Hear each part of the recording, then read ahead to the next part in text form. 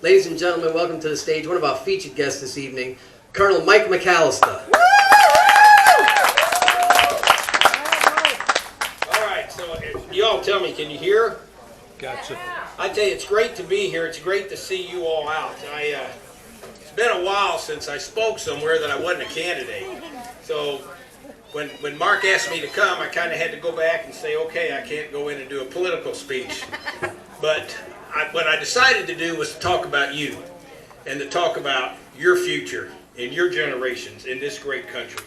And it is really good to see everyone here today. What a good-looking crowd, especially the ladies, right? You know, we're here to celebrate a lot of things. This great day, we're here to celebrate being an American, and we're here to celebrate the freedoms that we receive under the Constitution, including the Second Amendment. We're here to celebrate our great state, the third largest state, and the biggest swing state in the country in presidential elections. My friends, let me tell you, it's 29 votes.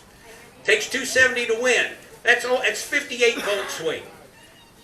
Our president's not going to win unless we deliver Florida again, and I know that we will. And we're here to celebrate our God and our great nation.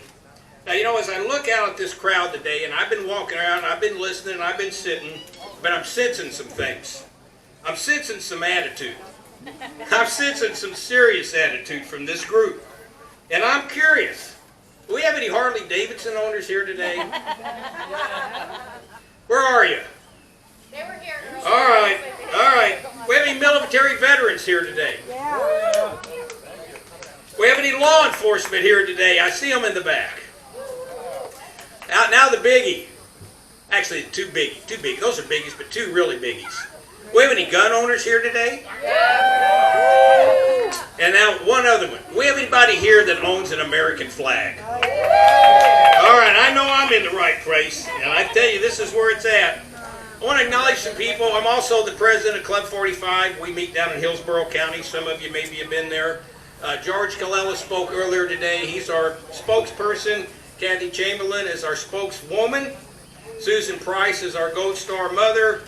Greg Fournier is here. He's one of our political strategists. And Chris Ann's going to speak after me, and she's also one of our speakers at Club 45. Now, when we celebrate America, we should always acknowledge our founding fathers. And you know, if our founding fathers were here today, they would fit right in with groups like this. They would fit in just fine, my friends. Now let me tell you something. Our founding fathers were not a bunch of wimps. The history books sometimes really get it wrong. These guys were looking for a fight. And I believe they would come to this crowd and cheer you on. Our founding fathers knew how to win. And that's a term that has been resurrected in America again thanks to Donald Trump. Amen. They were most creative. They were extremely brave. They were incredibly brilliant. They were the absolute very best the world had ever seen. And we need leaders in America today, now, that will display before all the world that very same enthusiasm and confidence and pride and patriotism that was fully embedded in the very fiber of our founding fathers. And we should never again tolerate a leader in the White House that bows to Muslim kings and apologizes for who we are. As Americans, we are proud of who and what we are. And the United States of America is absolutely the greatest nation the world has ever seen. And it's patriots just like us that's going to make sure it stays that way. And when we celebrate America, we should reflect upon our Constitution. The Constitution of the United States was the greatest blueprint ever written. Its intent was to ensure the liberty of its citizens, we the people. It was established as the law of the land.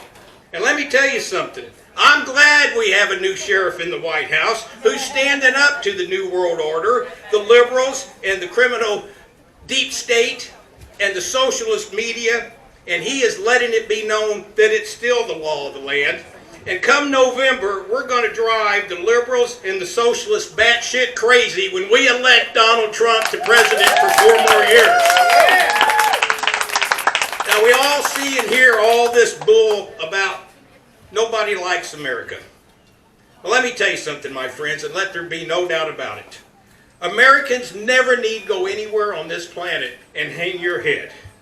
This great nation and its proud people have saved the entire free world as we know it today on more than one occasion, and with our most precious blood. You are unique. You are rare. You are a breed set apart from all the rest. It's in your genes, it's in your blood, and it's in your heart. Don't ever, ever doubt it. It was you and your parents and your grandparents and your great-grandparents who made this the greatest nation the world has ever seen. You are one of a kind, my friends. You are what all the others long to be. You're an American, and always wear it proudly. Now, my friends, we should never forget that America was established as a nation under God. And we have those today saying, well, just what does that mean exactly? And there's those that are determined to take America, God, out of America every way they can. They want to take it off our government buildings. They want to take it off our shrines. And now some even want to take it out of our Pledge of Allegiance. Well, let's take a quick look at the history. Some of the official American history in pertaining to this. And I have to look at my notes so I don't misstate this. In 1864, the U.S. government started stamping the words, "In God We Trust," on our currency. In 1954, my lifetime, and maybe some of yours, the words "under God" were indeed added to our nation's Pledge of Allegiance by an act of Congress. And these words are still in the statutes today. In 1956, during the Cold War, America wanted to clearly distinguish itself from the atheism and socialism of the Soviet Union. So the 84th U.S. Congress, in a joint resolution, declared "In God We Trust" to be the official motto of the United States. And on July the 30th, 1956, President Eisenhower signed it into law in Chapter 3 of U.S. Code. You know, there was once an famous American war hero named General George Patton. And while he was commanding the U.S. Third Army at a critical time in World War II, he was wanting to start the invasion into Nazi Germany to start bringing the war to a close. But his forces were bogged down in bad weather. And he couldn't, under the land-air battle doctrine, you never put your ground forces out at risk on enemy soil if you can't control the skies over them. So he called in his chaplain. He said, "Look, see if we can't get God working with this thing. I want a weather prayer."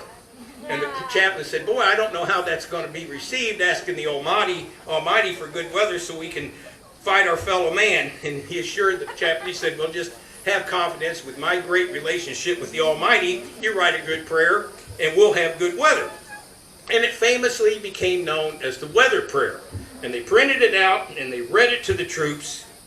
And the general went out and he read it aloud. And I'm going to cite it.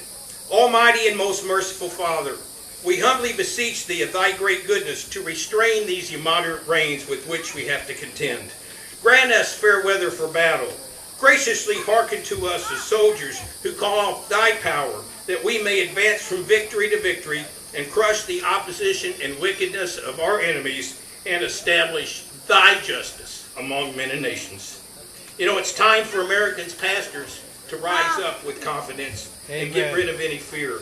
We must protect our future generations. And these precious religious freedoms and personal liberties, they're at the very foundation of our nation's Constitution. You know, it's time for Americans to put our petty differences to the side and be fearless as a lion.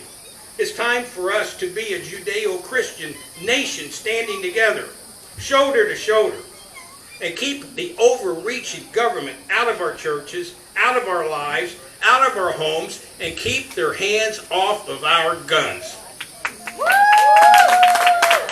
You know, one last comment on this. As we know, America is not one nation under Allah, and we are not one nation under Buddha. This is still one nation under God, my friends. Amen. You know, America needs a strong domestic policy that protects our precious homeland, that restores the Constitution as the overriding law of the land. And you look at what's going on in some of the states and cities in America today, it's a real concern. We must protect the rights of American citizens first. We're the owners here. Have a review process for judges who do not uphold the Constitution. Ensure our religious freedoms and the rights of our churches and our families are upheld. Protect the proprietary technology and investments that this nation built. We need to require employers to make sure that their workers are in a legal status. And when we do infrastructure investment, we need to use... What's happened is the drug cartels have bought the property on the south side of the border, and they've turned it into a human trafficking. And it's really sad. They take these people's life investment, and then they transport them across their property and basically dump them off at the wall. We need an effective homeland security. And for this election and future ones, we must require a certified birth certificate before somebody can get a voter registration card. Amen. And for those military veterans, this one's for you. We must continue to have the very best military the world has ever seen. We must fulfill all commitments to our military families and members. And our found and pride, the proud and fine military should always only be used as a last resort. Only after all other options have been exhausted. Only after a clear and present danger to U.S. national security has been confirmed. Only after the instrument of force is the only other option in the toolbox. And only after a complete and thorough risk assessment of the enemy. Who are they? What are they? Where do they have? Where are they at? How do they use it? What's their weaknesses? What's their strengths? And then we always establish a clear in-state vision of what this victory is going to look like. We want well-defined military objectives so the commanders and the troops know what they are to achieve. And we need to establish, and this president is doing this, rules of engagement that take away what in the past has been unfair enemy advantages. And then we establish what we like to call a force package. But we don't want to go in there and have any close football games. We want to bring to bear a fully integrated effort of all national power into a unified effort that commands and dictates the entire battle space, strategically, operationally, and tactically, in all environments, land, sea, air, and cyber. We keep our troops under American commanders, and we eliminate the threat with a swift and complete victory. We get the troops out with a well-designed exit strategy that protects the victory. And we should never again allow foreclosure on the homes of our troops' families here while they're fighting for us over there. Amen. So my friends, let's bring this home. Where do we go from here? We must continue this fight to protect our nation. We must do whatever it takes for our future generations. You know, as a former military officer, and many of those here today took that oath, protect and defend the Constitution of the United States against all enemies, foreign and domestic. Back when I first took that oath, that word domestic didn't mean a lot. Some of our most serious threats now today against this country are without question internal and domestic. You know, when I ran for Commissioner of Agriculture, I got asked a lot, because that office oversees a lot of things, including the concealed weapon permits. And I used to get asked, where do you stand on the Second Amendment? It is a cabinet position, and the 10th Amendment, which is the state's rights. And we had a little slogan with our campaign that says, Florida needs a sign at every airport, harbor, and road entering our state that reads, you're now entering a 10th Amendment owned and operated state, and justice will be served with the Second Amendment.